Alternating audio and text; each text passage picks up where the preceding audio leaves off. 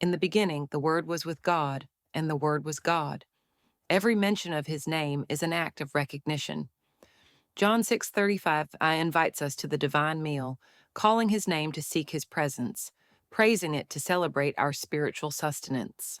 Psalm 7:15 illustrates human folly. Calling on his name seeks wisdom to sidestep our own snares. Praising it celebrates his light illuminating our darkness. Psalm 68:5 portrays him as the protector of the vulnerable. Acknowledging his name recognizes his embrace, calling upon it invites his presence into our trials, praising it honors his care. Revelation 9:11 reveals his justice, where acknowledging his name aligns us with righteousness. Calling on it welcomes his truth, and praising it joins us in the anticipation of his glory. Deuteronomy 4:24 warns with divine love as a consuming fire. Acknowledging his name understands this love. Calling on it seeks purification, and praising it celebrates his refining nature.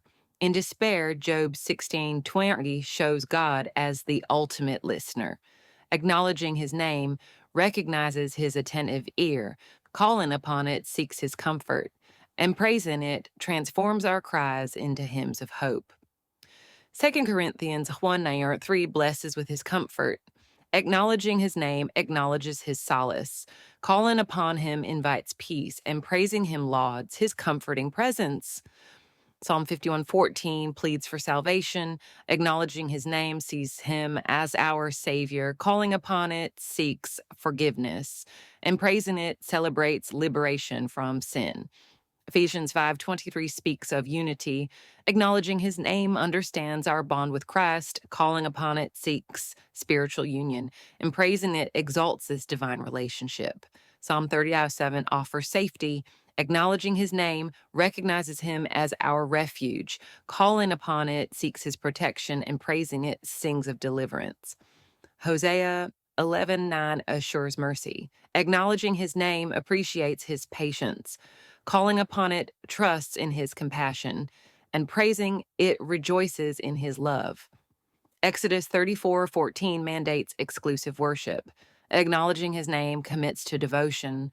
Calling upon it seeks an exclusive relationship, and praising it honors his covenant. 1 Timothy 6:15 and Colossians 3:4 celebrate his dominion. Acknowledging his name affirms his sovereignty. Calling upon it aligns with his purpose, and praising it anticipates his kingdom. 1 Timothy 2:5 confirms Christ as the sole mediator. Acknowledging his name secures our path to God. Calling upon it seeks mediation, and praising it glorifies our divine connection. Ephesians 2:14 speaks of peace. Acknowledging his name recognizes him as our peacemaker. Calling upon it invites unity, and praising it celebrates reconciliation. Psalm 19:14 prays for acceptance. Acknowledging his name sees him as our judge. Calling upon it seeks his approval, and praising it offers our lives as worship. Exodus 15:2 rejoices in his strength. Acknowledging his name recognizes him as our victory. Calling upon it draws from his power, and praising it sings of his salvation.